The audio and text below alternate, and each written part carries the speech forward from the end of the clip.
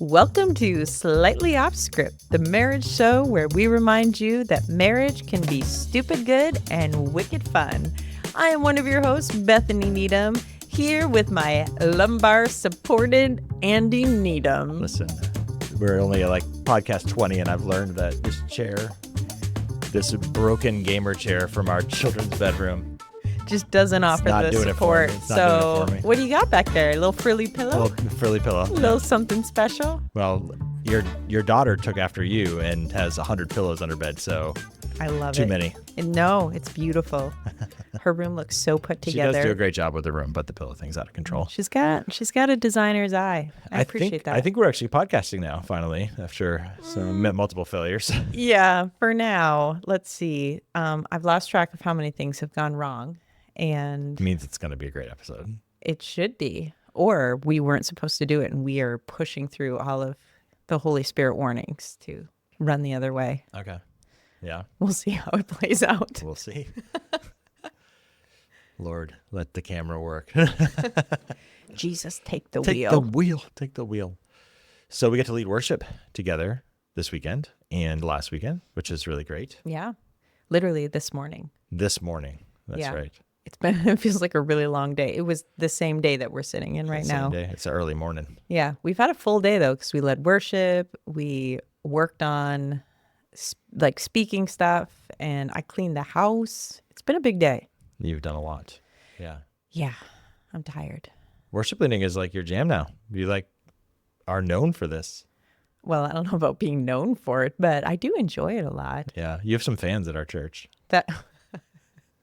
Is this your witty banter? This is awkward. This is my witty banter.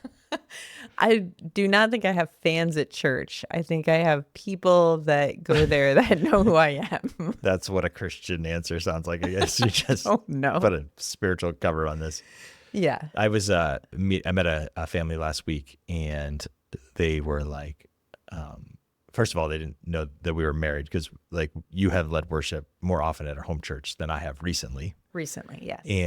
And then they were much more fangirling over you than me. I was sort of like I'm the accompanist now. That's my new function. I feel like you're exaggerating this a little bit. It's very true. Like when we travel now, I feel like there is this underlying reality where people have this you were the one that was a professional musician when your wife is this incredible worship leader.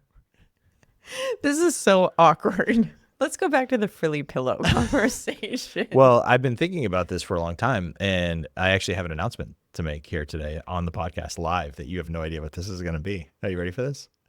No. The world tour? No, it's not a world tour. What is happening? Well, for a long time, we've talked about the Bethany Needham band. Okay, but that was a joke. It was a joke? Yeah. What's the joke? Well, because you had the Andy Needham band. So my joke was, when you stopped traveling with the guys, you and I were traveling together, I renamed your band. You renamed my band? This is the Bethany Needham band? Yeah. But it was just a joke. It was just a joke? Yeah. Well, what if that joke became a real thing? What if there was a real... What is happening right now? Well, okay. You're going to have to explain what's happening for those who are only audio only here in just a moment here. Are you ready for this? I feel like I'm being tricked. All right. Here's the reveal. What is, oh my word. Where did you get that? I am, for those of you who are only listening, I am wearing the first prototype of the new merchandise for the Slightly Off Script podcast, which is the Bethany Needham band. And so it says Bethany Needham band, and then it has a greater than symbol. It's greater than the Andy band. Yes. And so, if you would like to get your hands on one of these beautiful T-shirts, send a message. I will figure out how to make that happen.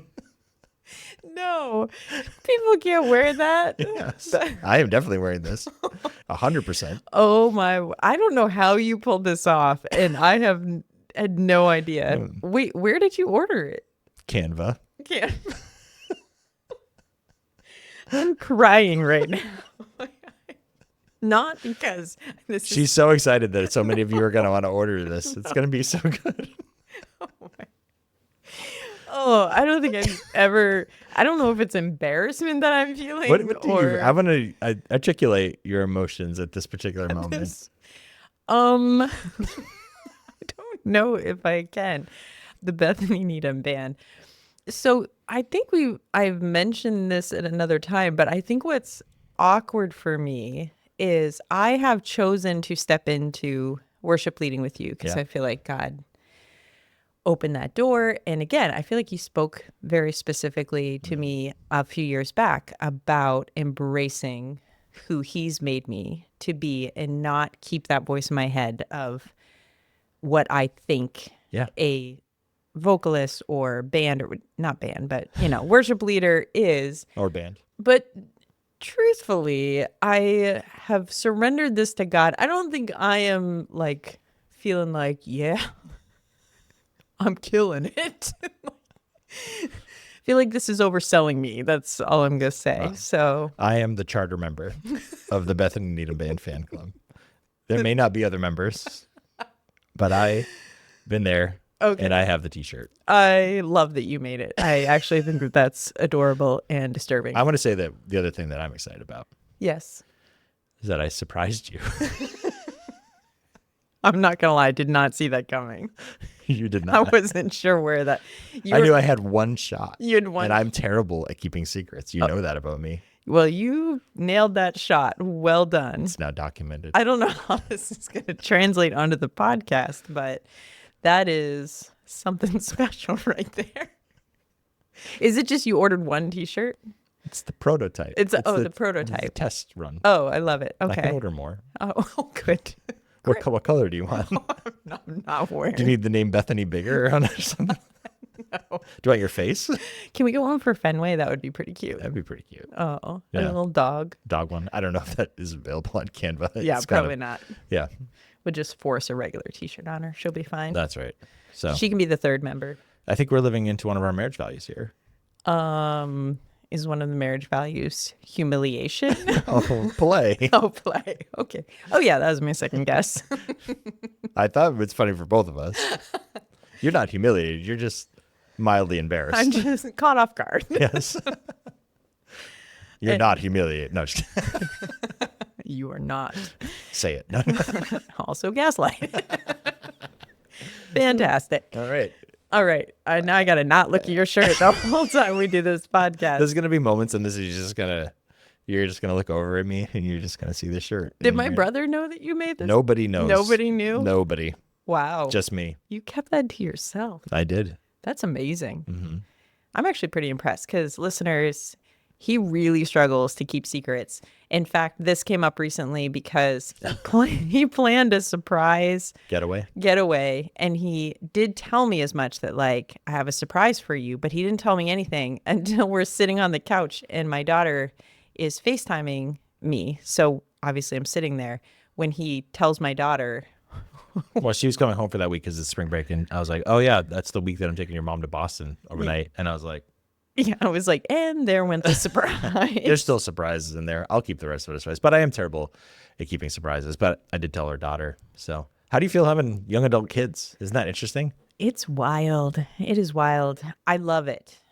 I have to say. There's just something fun about watching them grow and be like, grown humans. Mm-hmm. It's also scary. Like, it's all of the things at this age, for sure. Because the older that they get, it's their surrender as a parent, because we are well within we are in seats of influence, I would like to think, but definitely the authority side of things is no longer there. And so letting them make decisions, allowing them to make their own mistakes, and sometimes watching that play out. And as much, you hate to watch your kids go through things that are hard or to learn lessons the hard way. And that's part of how all of us grow. So you just know it's inevitable, but it's just a different thing when you're watching your kids do it. But man, overall, so proud of our kids. Absolutely. Love them. Love them. Yeah. Love them. And just like them as people. I don't know. I don't know if you always get that, but I really, I like our kids and love the friendships we have with them. Just like us, they're beautiful, amazing, imperfect humans. I think that you kind of alluded to it, but that paradigm of parenting, I don't know who taught this to me first, but I've always thought of it as a really great paradigm, is the idea of like when your kids are born, you have ultimate authority. Like they literally can't even eat, go to the bathroom without, you have to do everything for them. Yeah. And then you're on this journey. The timeline is different for each kid too, in terms of how they mature. And even just having two kids, like there are certain things that some will click in sooner or later for each of them. And it's not like a perfect timeline, but you're moving in this trajectory where your authority is over time diminishing. And that's on purpose, because in order for them to be able to flourish on their own, you have to give them freedom to make mistakes, freedom to learn. And you're moving more into the phase of influence. And adolescence, especially like the, teenage years, is sort of like where that axis hits. And it feels like once that transition between those two things happens, you still have authority, but you're moving towards greater influence, trying to get them prepared to launch. Josiah's he's really on his own now. And not that we're unwilling to help him. We're always tell them like we're willing to be a resource to him. We are in, conversation with him daily or weekly. And Mercy is closer by at school and still lives at home when she's not at college. So we're still it's all there. It's all there. Yeah. I got a text recently from one of our kids, and it was just a reminder of sort of this phase, which I love, but also, again, it can be hard. But the message was essentially, I'm walking through this thing and I wanted to process it with you. And it was a cool, just thinking about the relationship we have now with these young adult kids is being that person that they are safe to come to and they can process things. And I do love that role in our kids' life. I love that we still have relationship with them, because it hasn't always been easy. We have not done everything perfect. Nobody's going to write a book out of things we should have done different, which is kind of what we're going to talk about, to not completely just all of our regrets, but we wanted to do a podcast just about some reflections on the imperfections of parenting from our perspective in our journey. And we want to do a way that honors our kids. Like, we're not going to share all kinds of stories that are their stories to tell, but just really kind of share from our perspective things that we have learned, things that we were like, man, we're really thankful that we made those decisions or had those values, and other things where we're like, we're not so sure. Maybe we would have done differently if we had different information or if we were in a different place or phase. Is that fair? Yeah. Yeah. And maybe our kids will call in or write in and be like, I'd like to add a little something. Well, I was never smarter on parenting than I was just getting started. So I want to say before we had kids. Yeah, exactly. I could tell you everything about it. So so let's talk about the sort of expectations part of it. We'll talk about two different types of expectations. One is our own expectations. There's good and bad in that. And then there's the expectations other people have. And sometimes those expectations are good and bad. Yeah. They both have a strength and a shadow side. And we've had people give us great input into our parenting. Absolutely. And there's other things where I'm like, I probably wouldn't take that advice again, that type of stuff. So, so when you think about your own expectations, I mean, you were just barely 20. Oh, yeah. I was 19 through most of the pregnancy with our son. And honestly, I think it's a lot like marriage. A lot of our expectations come from the things that we have seen and experienced. Of course they do, yeah. And I think with parenting, there's sort of those things that we see and experience that we want to mimic. I remember thinking from the very beginning as a parent, the way that my mom, you just always knew that she was going to love you no matter what. And she had a way with grace and compassion and all of those things, and wanting to carry that into my parenting. And I think there are those things. And then I think there are the things that we experience as kids that we want. We're like, okay, well, I'm going to do that different. And I'm not going to be that way or yeah. And sometimes that can be a good correction. And honestly, a lot of times it can be an overcorrection where we think, well, if it had been done different, and then we overcorrect and we're like, oh, maybe our parents knew more than we thought they did. Maybe there was a middle ground there. Well, one of the things I'm really thankful for, like both my parents, they come from large families. The value on family is very high. Getting together with family, doing things together, being together. And I'm really grateful for that. I'm really grateful that I have, different relationships with my siblings. There's not all the same. And so, my brother Tim lives overseas, so that is a different dynamic. But I'm thankful for having good relationships with my siblings. And sometimes those were complex relationships too. That's probably one thing that I would just be like, really grateful for that expectation. Yeah. I'm hesitant to go into correction or overcorrection because just as our kids could listen to this, so might our parents. There are those things. And I think for me, on a broad, like giving a broad stroke, I probably went into the arena of being a little more relaxed in terms of certain rules and things and not being quite as strict in certain areas. Even as simple, this is such a dumb example, but it's just an example, is, I grew up in a household where trick-or-treating and Halloween and all, like, we just did not do those things. We didn't do big birthday parties because the not wanting to leave people out. And that was one of the things when we had kids that I actually wanted to overcorrect, maybe. Yeah. I was like, we're gonna have fun, we're gonna do Halloween, like all, and it wasn't like it was a huge deal, but in my brain that was like this thing that I missed out on as a kid, and I wanted to make sure my kids got to dress like Bob the Builder and Pretty Princess. I don't know if this would be an overcorrection. I think it's a correction. I wanted to be a family that verbalized affection and affirmation more, because that's something that I think that my family, it's very understood and it is very present. Like, I don't have any doubt that my siblings or my parents love me, like, at all. But that was not something that was like, we just didn't say it. Yeah. I don't know if you can overcorrect affirmation. Yeah, I know. I'm too encouraging. I'm too loving. Dad tells me he loves me Michael all Scott the time. talking about his imperfections here. I'm too good of a boss. And it's something that I appreciate about, I feel like you are very intentional with our kids, and I love that. Mm-hmm. Like, I love it. Oh, thanks, babe.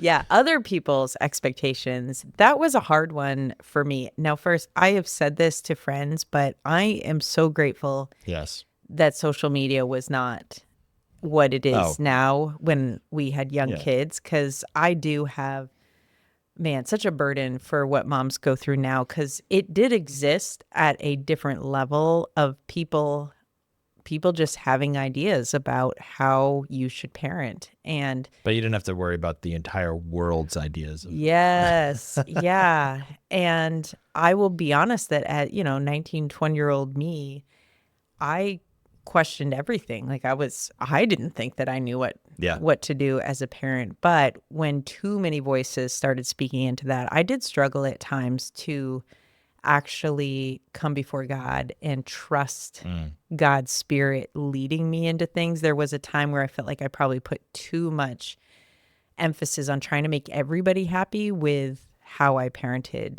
our kids. My observation over time is that I think you grew out of that to a degree, because one, you just get into the reality of parenting, that it's like, okay, these kids are not math problems to be solved, and like, we have all our own imperfections that we bring to the table. And a lot of things, like, there is this place of like, there are core principles that are good for parenting that are true for everybody. But there's a lot of parenting that is conviction based on the culture of, things like we've talked about before on the podcast, like how you're going to school your kids. There is the you're responsible for the shepherding of your kid's soul. You need to develop their talents and abilities and give them a good education.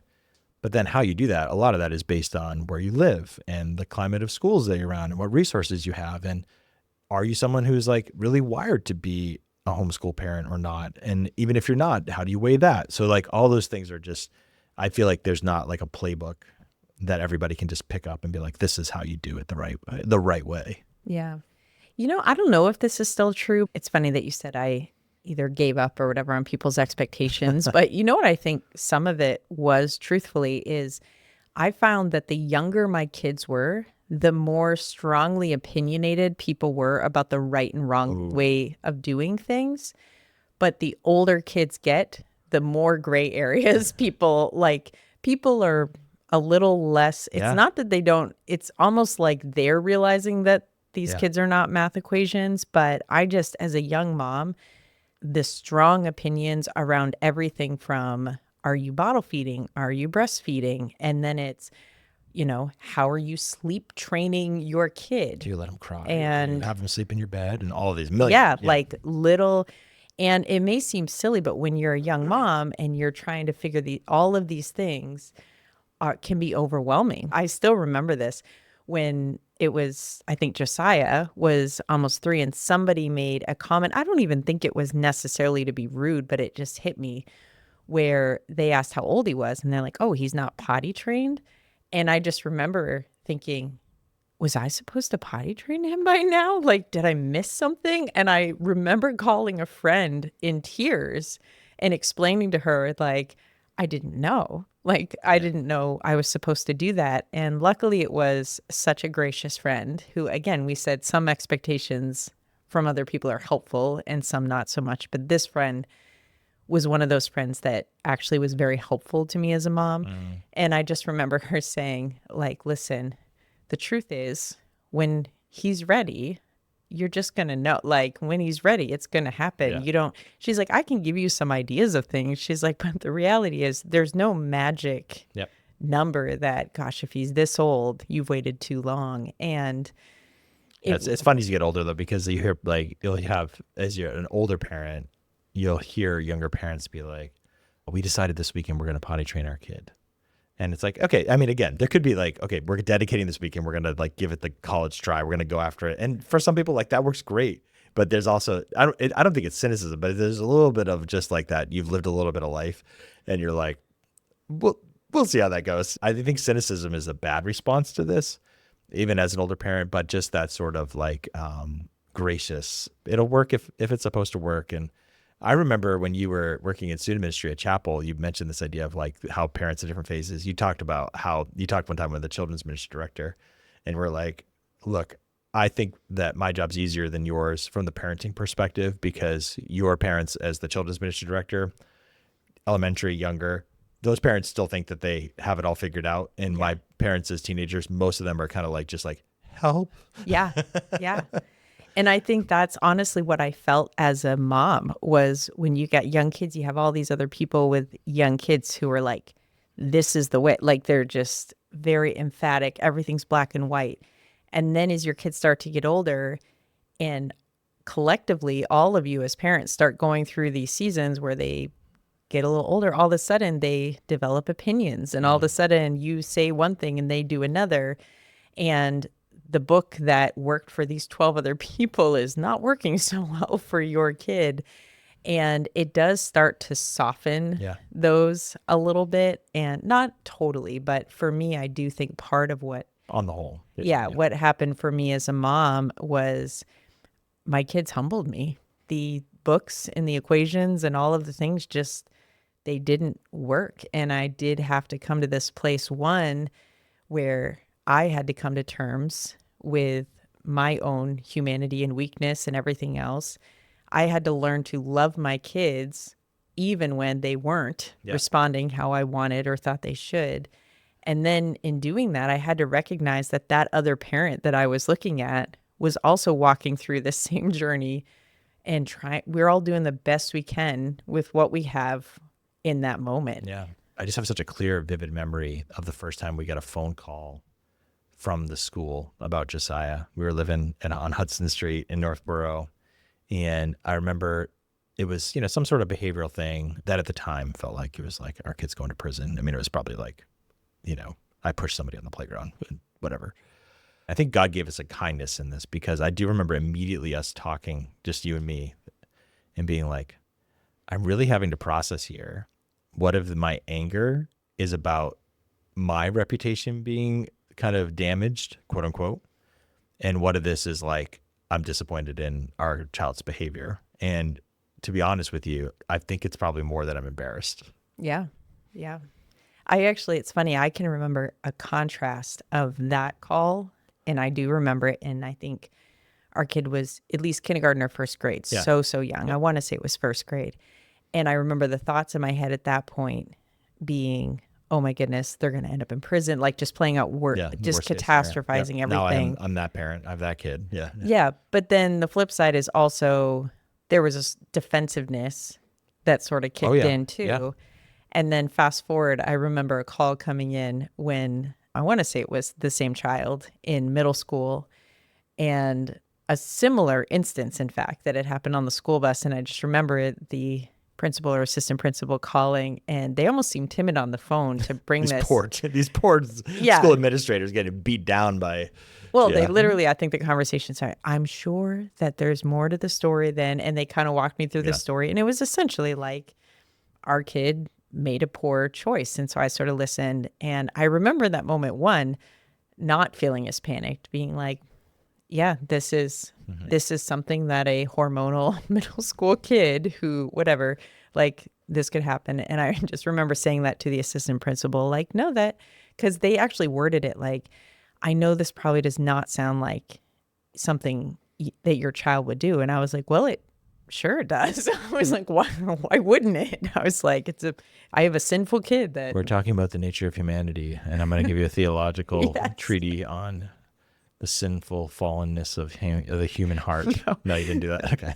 No, but it was funny because they were caught off guard, and we ended up having a really good conversation. But again, fast forward, sitting down with our kid, they absolutely did it. Like we sat down, they owned up to the behavior, and it was one of these, we walked through it and apology and all the things. But it's funny, again, the growth between when that first reality of like, oh my goodness, I have given birth to a little sinner, to, this is a human being. I think that one of the real challenges as you get into that phase of parenting through elementary and adolescence, especially when there is a failure, a legitimate issue that comes up with one of your kids, is trying to understand the right size response is like a perpetual, just like, okay, God, I don't know the end from the beginning. I don't even know where this journey's headed. Yeah. I know how I want to shepherd this situation. I know what I want to see happen. And sometimes you're just like, you're also dealing with exhaustion and limited time and limited information, like you just said, limited information. And so it is such a imperfect process. We didn't sit down and do devotions every night, but I know for you and me, like there are plenty of times when we have always been the couple that would just like, we just need to stop and pray right now and just do that. That's something that I'm really, really grateful for, but it's an interesting dynamic there. And that kind of brings us into something that I think that we have done well, and we've had plenty of opportunity to do this, which is owning our mistakes to each other. But I think from an early age, we were very intentional to own our mistakes to our kids as well. Yeah, honestly, in the same transition that happened for me as a parent to know that my kid was a sinful human being, it was also recognizing that so am I. And that part of my journey and part of really my stewardship in this relationship with our kids was to walk out not just love and compassion and all those things, but also repentance and forgiveness from me. Not just asking them to apologize when they do things, but you or me apologizing to our kids. I'll give the example of you were talking about. There are moments where we didn't right size our response to something, where, our kids did something and one or both of us blew up, or we said the wrong thing, or we responded in the wrong way. And rather than either in our pride just be like, well, we're the parents, so whatever, because they made a mistake, you got to own your stuff, this isn't about me, or in shame, just shutting down on them, actually being willing to just stop and be like, listen, I shouldn't have said that, or I should not have responded that way, and I'm sorry, will you please forgive me? And that is not an easy thing to do, but I do think it's something that we have been intentional to practice in our family with, again, in our marriage, but also with our kids. I think it's at its best, it's a very Christ-like thing. I mean, one, Jesus gave such dignity to kids. I mean, he welcomed children in ways that was so countercultural. And so I think we have tried in many ways, from having our kids advocate for themselves to apologizing to them, to try to treat our children with dignity. They're not less human. They're not less valuable. They're infinitely valuable to God. That doesn't mean that we abdicate our authority entirely. And so you can hold in tension those two. It's kind of the reality of like, if your kids are believers, like I am your parent and I'm also your brother or sister in Christ. Now that's different from saying I'm your friend.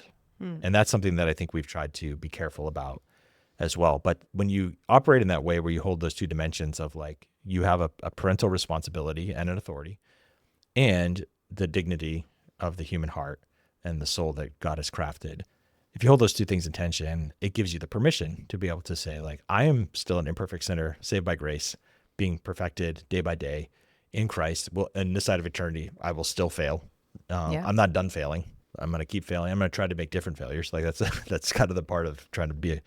And I think that that's something that our kids, because our kids know it. Like that's the thing is like their kids are really, really good at sniffing out our fakery. Yeah. That's my, there's a lot of other words I could have used there. That's your PG. Fakery. Bull doo-doo. Fair enough. Yeah. Yeah. No, you're right. Absolutely. But that temptation about being our kids' friends is, I mean, I think in some ways we're entering into this phase of parenting does look a little bit more like friendship, but I think parents sometimes rush that too early on and it can do a lot of damage. I think, yeah. I had a lot of just really good mentors speak that over me because as a young mom, there is, I think, I mean, I guess maybe the age gap was so small that, Well, it could be for any mom. I only know, I guess, my own journey, but there was that temptation to want to be friends with your kids, right? Because honestly, parenting was harder. Like it was harder to parent them. I'd rather them just like me. Let's all get along. And so many mentors that just wisely spoke into that, listen, your kids are going to have plenty of friends in their life, but you're their only mom. And so you gotta you need to be their mom. And so that typically meant in moments when I needed to make decisions that they were not going to like, but it was the decision that the adult in the situation, the parent, it was stewarding them, all of the things like that was the decision that I needed to make. Yeah. At the same time, like when we think about the shepherding of our kids' hearts and the discipleship journey that we had in them, like that's an imperfect thing that I can just say, like, there are things that I really look back on and I'm like, I'm really thankful for. There are times when I think I overcorrected. We had, at least regionally, like a ministry profile. People knew who we were. We're in our churches and different events that we would do, that's an interesting thing for a kid to walk through. This can happen for different reasons. It doesn't have to be ministry, but our kids were kind of like, they're known as Bethany Needham's kid or Andy Needham's kid. There is a unique kind of pastor's kid pressure on steroids that kind of came with that for them at times. And I think we really worked hard to try to not make that a crushing thing. Like I didn't want our kids to grow up bitter at ministry. And I think on the whole, I think that we did pretty well at that. I think we did a lot of our discipleship was our kids doing things with us. We were very integrated in that way. And I think that is a key thing. Like discipleship is not just information transfer. If I had a however in the imperfection of things, I think that I could have been more systematic in the process of thinking through things and less organic or just kind of as things came. I think if I had a mulligan on that would be one of those areas that I would probably try to balance. Yeah. I've had that thought so many times and have shared with other friends who are moms. And for me, it's been this journey with God in terms of owning and coming to terms with the fact that God, I think there's more I could have done there. And at the same time, that God is so much bigger than my shortcomings or those spaces that I feel like, man, if I had it to do over again. And so just not for myself, choosing to not walk in the shame in it, but actually allowing God's grace to pour over that. Because there's always going to be that. And I don't want to miss the celebration and the things that I do think we gifted in. Like a real specific example is, our kids started out as camp kids. They went in, then we were on staff at a church. And these are both very, like everyone knows who they are, even though they don't know who everyone is. That's a weird space for a kid to be, right? And it's also odd because people feel very comfortable with ministry kids, approaching them, talking to them. And our kids handled that for the most part. We have one kid that is very extrovert and he just ate it up. Like he loved being around people, all of that. But we also have a kid that is wired much more like you, an introvert. And one of the things that I've had to actually stop and recognize that, God, I feel like this was something you allowed us to do well, is I do feel like in a ministry setting, I'll use the church setting specifically, that was a season where rather than just be rigid with our kids on, listen, we go to church at this time, you're going to be in every Sunday school service, you're going to go, just that sort of hard lines. One of the things that we did with our kids was for our extrovert, they didn't need to be told, they want to be in every service, just plug them in. But for our other kid, it was a conversation of, listen, here's what we're going to do. You can pick whichever Sunday school class you want to go to. There was multiple services, but then you actually have access to mommy's office, and that can be your space that you don't need my permission. You can just go back there, shut the door, tuck away. And they took not advantage in a bad way, but they utilized that. Yeah. I think that was one of the ways that we practiced that in a really good way, allowing, not forcing the whole structure of the church and everything down their throat, but actually recognizing who they were and try and find those spaces where we wanted them to be a part of it, but caring for them in the midst of it. If I was going to say one of the things that I am deeply convicted about, and it's especially was important for us because we got married and had kids so young, but we practice what I call marriage first parenting. And I think it's very culturally acceptable to not do that. Even in Christian circles at times, to have, we would call it family first. And that really is just a shadow way of saying kid focused. I hope you've heard, as we've talked today, dignity. Like, it's not that we don't care about it. I kind of would tell my kids all the time, like, I would die for you, but I'm going to live with your mom for the rest of my life. So we're going to put energy and focus into that. I'd say two things that I am thankful that are outcomes of that. One for us, one for our kids. One for you and I, like we have a great marriage, like very imperfect, but we have a great marriage. Second, I think our kids know that. And I think that they value that. And I see the way that they process their imperfect relationships and think through things and their values. And they've even at times, that it's unusual for your kids to be like, Mom and Dad, thank you so much for giving me a great marriage example. But there are ways that they have sort of expressed that. They would never say that we had a perfect marriage. No. I think they know that we have an imperfect marriage. But I think what can happen when we don't do this is it's actually what that shows to our kids when we're going to sacrifice our marriage for our kids in the long run, just sets a bad precedence for them and their future relationships. But also it's sort of the first opportunity, this relationship between us and our marriage and our kids is the first real example of boundaries that these kids have, which is, as someone who now works in recovery with people who are wrestling with addiction, boundaries are massively important. And boundaries are one of those things that they protect us, but they protect other people as well. And one of those boundaries that we have held, and I do think it's helped our kids at some level with boundaries, is teaching our kids that we can love them with boundaries in place. Yeah. And this is not something that we just sort of did on accident. If you talk to our kids, they would tell you that we told them this, that this was sort of an expressed value. Sometimes we would be kind of joking about it. But, when it was time for, especially after our 10th year anniversary, where we decided, hey, every year we're going away for a week, I would tell our kids, like, no, our kids resisted this. Kids are like they're going to test out every little thorn that they can throw at you. So they would kind of throw the guilt trip on us about going away without them. And I used to tell them, like, first of all, I love your mom more than I love you. That was kind of the, somewhat joking way to say it. Like, you have, like I said before, like, there's a special place for Mom. And then the other thing I would tell them all the time, I believe this with all my heart, the greatest gift I can give you is a healthy marriage. The health of my marriage to your mom is going to be the thing that keeps this family going. And so by grace, living in the gospel, like all those caveats there. Well, I also think that we can think about our kids pushing boundaries, or anyone pushing boundaries, that they're pushing them to get through them, which can't and it's sort of that they just don't want the boundary. But there is the reality that oftentimes kids will push boundaries to know that they're there.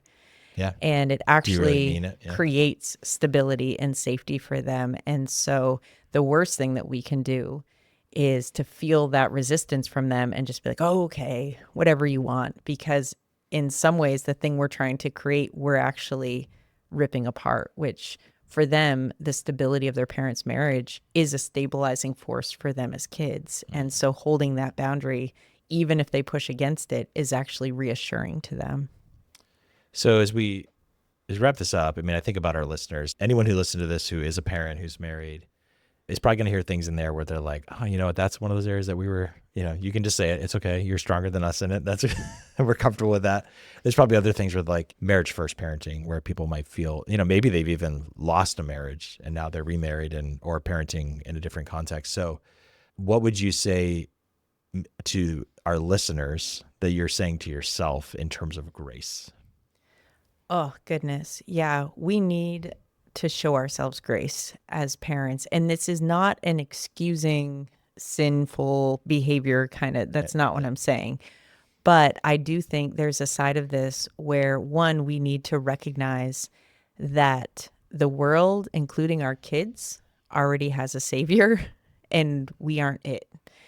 And God has given us this opportunity to steward these kids, we have sort of this role in their lives, but we're not going to do it perfectly. We're going to make mistakes. And in fact, I think one of the most powerful things and most impactful things we can do for our kids is to recognize that, to own it, not just in our own hearts, but with our kids, and to practice in front of our kids as parents. What does it look like to walk in repentance and forgiveness, but then in grace?